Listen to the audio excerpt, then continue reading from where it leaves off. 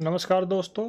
आज हम बात करेंगे capital markets, small farmer large field का जो कंसेप्ट है, नीड नाइजर सीड कल्टीवेशन के बारे में, इंटेंजिबल इन्वेस्टमेंट्स या एसेट्स क्या होते हैं, और हॉरिजॉन्टल टैक्स डिवोल्यूशन का क्या क्राइटेरिया है जो 15th फाइनेंस कमीशन ने सजेस्ट किया है। अगर आप ये सब जानते हैं that is well and good. अगर आप नहीं जानते तो इन सब चीज़ों को एक सिंपल वे में इस वीडियो में आप समझ पाएंगे। साथ के साथ आप अपना एमसीक्यू सॉल्विंग एप्टीट्यूड डेवलप कर पाएंगे जो आपको हर टाइप के ऑब्जेक्टिव क्वेश्चंस को टैकल करने में मदद करेगा।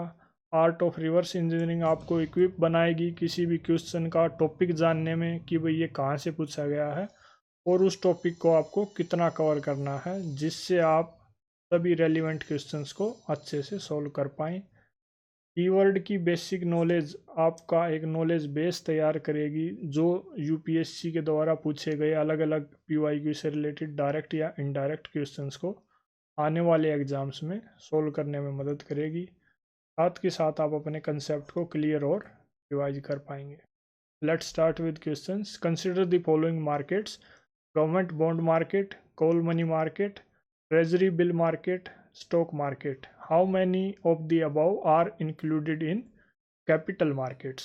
यानी इन सभी में से कौन सी कैपिटल मार्केट में इंक्लूडेड है?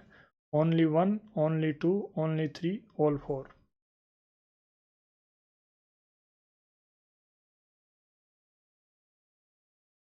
आप आराम से वीडियो को पॉज कीजिए। अगर टाइम ज़्यादा लग रहा है तो लीजिए, क्वेश्चन को पढ़िए, समझिए, उसके बारे में सोचिए, फिर सोल्व करने की कोशिश कीजिए।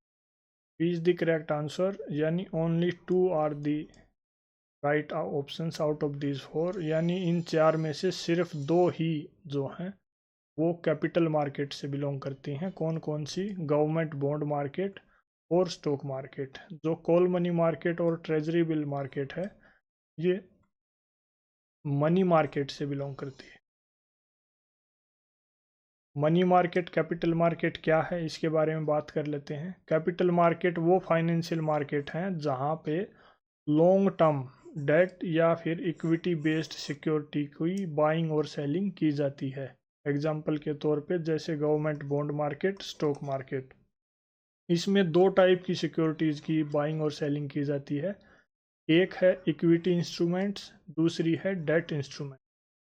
इक्विटी इंस्ट्रूमेंट का मतलब ये है कि कोई भी इन्वेस्टर है वो जहाँ भी इन्वेस्टमेंट करता है, इक्विटी इंस्ट्रूमेंट उसकी ओनरशिप कितनी है वहाँ पे, यानी किसी एक इन्वेस्टर ने, कोई एक पर्सन है, उसने किसी कंपनी में इन्वेस्टमेंट की तो उसकी वहाँ पे कितनी ओनरशिप है, कितने परसेंट का वो स्टेक होल्डर है, इस चीज़ को रिप्रेजेंट कौन सी चीज़ करेगी?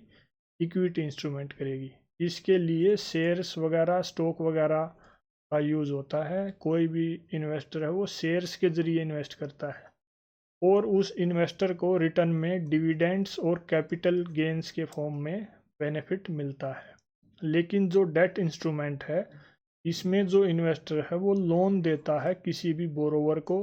वो बोरोवर कोई कंपनी हो सकती है, कोई सरकार हो सकती है, और वो लोन जो है वो बॉन्ड्स, डिबेंचर्स या अदर फिक्स्ड इनकम सिक्योरिटीज़ की फॉर्म में दिया जाता है। उसके बदले में बॉन्ड्स इश्यू किए जाते हैं एंड इन बॉन्ड्स पे या डिबेंचर्स पे जो इन्वेस्टर है वो टाइमली इंटरेस्ट पेमेंट रिसीव करता है और एंड में जब वो बॉन्ड्स वगैरह मैच्योरिटी की डेट पे पहुंच जाते हैं तो उसको टोटल जो प्रिंसिपल अमाउंट है वो भी मिलती है।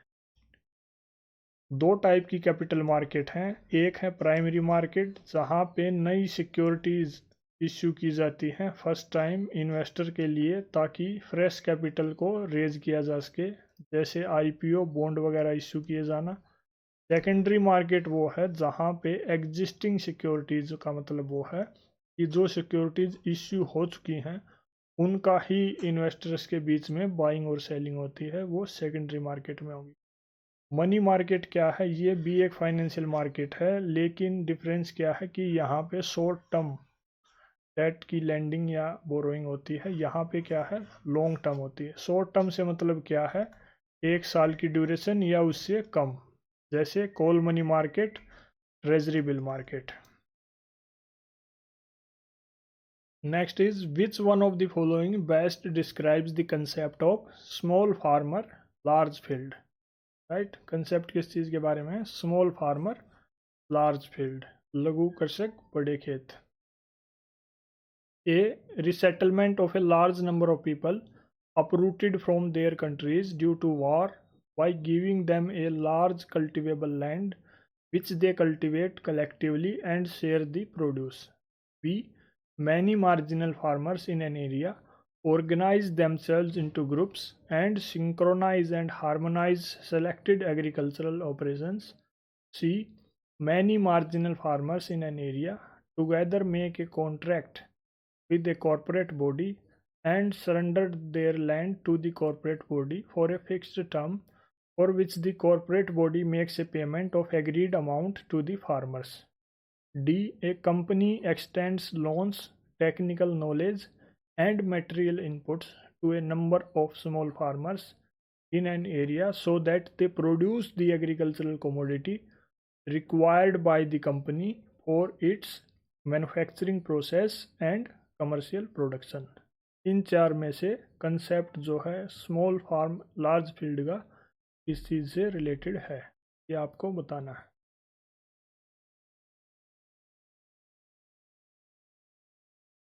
B is the correct answer. कि जो बहुत सारे स्मॉल एंड मार्जिनल फार्मर्स हैं किसी एरिया के, वो इकट्ठे होकर खुद को ग्रुप्स में ऑर्गेनाइज करके अपने एफर्ट्स को, एग्रीकल्चरल ऑपरेशंस को हार्मोनाइज करते हैं। क्यों? ताकि एग्रीकल्चरल प्रोडक्टिविटी बढ़ाई जा सके, बेनिफिट्स, मॉनेटरी बेनिफिट्स बढ़ाए जा सकें।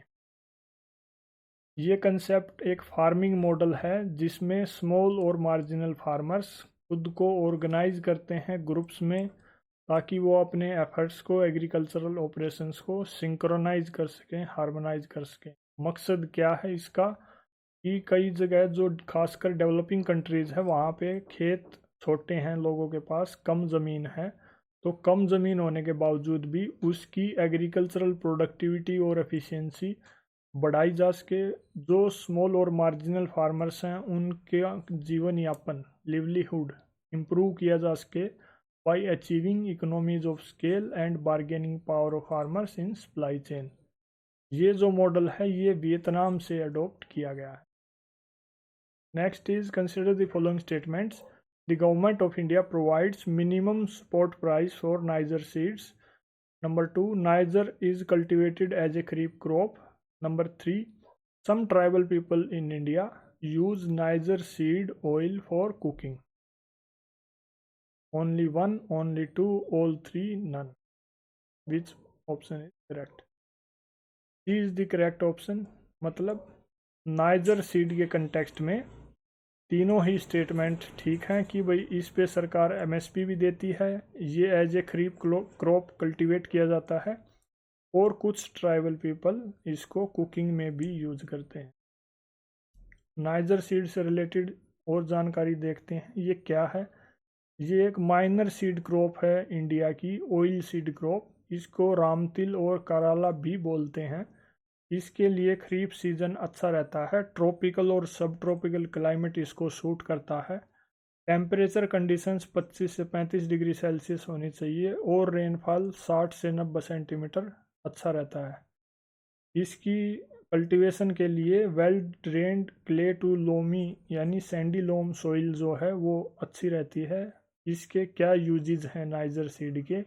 इसमें ऑयल और प्रोटीन कंटेंट बहुत ज़्यादा होता है, इसलिए इसको cooking, lubrication, lighting, perfume making में यूज़ किया जाता है।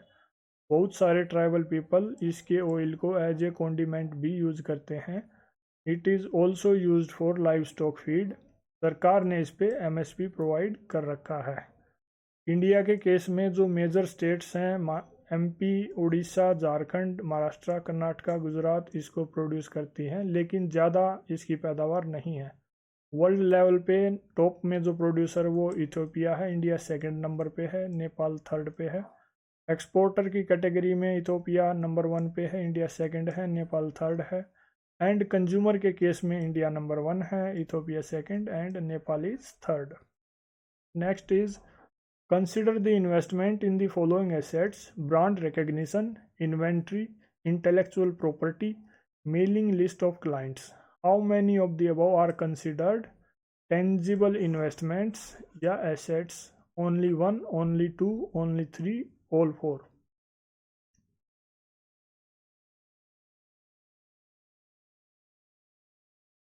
In this case, C is the correct answer.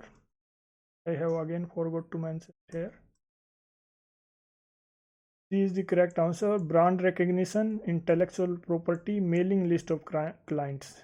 All these are intangible investments या asset. Inventory नहीं है. Inventory क्या है? Inventory एक tangible asset है. टेंजिबल एसेट्स किस चीज़ को बोलते हैं? इंटेंजिबल एसेट किस चीज़ को बोलते हैं? लेक्चर 14 में भी प्री 2018 में ह्यूमन कैपिटल फॉर्मेशन के कंटेक्स्ट में ये क्वेश्चन आया था. वहाँ पे हमने डिटेल से डिस्कशन किया है टेंजिबल इंटेंजिबल एसेट्स. अगेन फिर से डिस्कस कर लेते हैं कि जो इन्वेस्टमेंट या फिर जो एसेट्स जिनका फिजिकल फॉर्म नहीं है, जिनको आप छू नहीं सकते, देख नहीं सकते, that is called intangible asset. जैसे कंप्यूटर सॉफ्टवेयर है, पेटेंट्स है, कॉपीराइट्स हैं, मोशन पिक्चर फिल्म्स है, कस्टमर लिस्ट है, मॉर्गेज सर्विसिंग राइट्स हैं, फिशिंग लाइसेंस हैं, इंपोर्ट कोटाज, फ्रेंचाइजीज, कस्टमर और supplier relationships, customer loyalty, market share, marketing rights. Then जो टेंजिबल एसेट्स हैं उनकी फिजिकल फॉर्म होती है, जैसे इन्वेंट्री है, बिल्डिंग है, व्हीकल वगैरह है. ये बेसिक डिफरेंस है इन. Last is consider the following statements. Number 1, demographic performance, forest and ecology, governance reforms, stable government, tax and fiscal efforts. For the horizontal tax devolution, the 15th Finance Commission used how many of the above as criteria other than population area and income distance? Only 2, only 3, only 4, or all 5?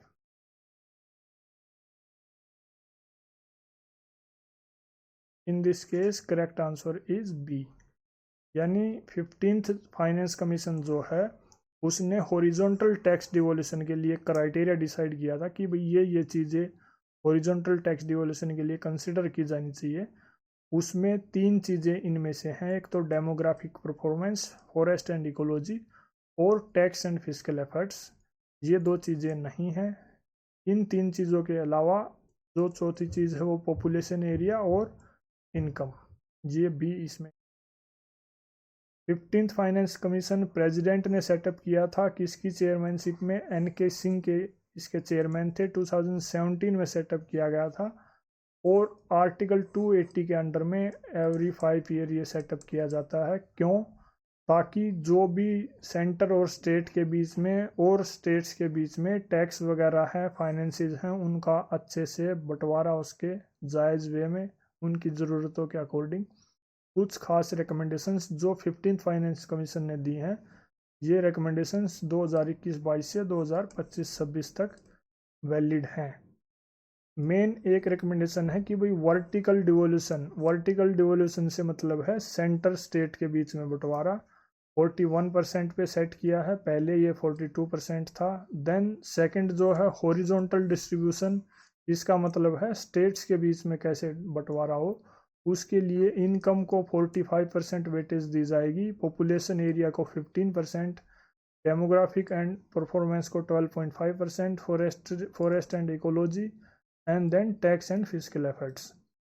इसके अलावा एक और recommendation इसने दी है कि भाई performance based incentives state को दिए जाएं जिन्होंने सोशल सेक्टर में काम किया है, रूरल इकोनॉमी पे काम किया है, गवर्नेंस एंड एडमिनिस्ट्रेटिव रिफॉर्म्स पे काम किया है और पावर सेक्टर पे काम किया है.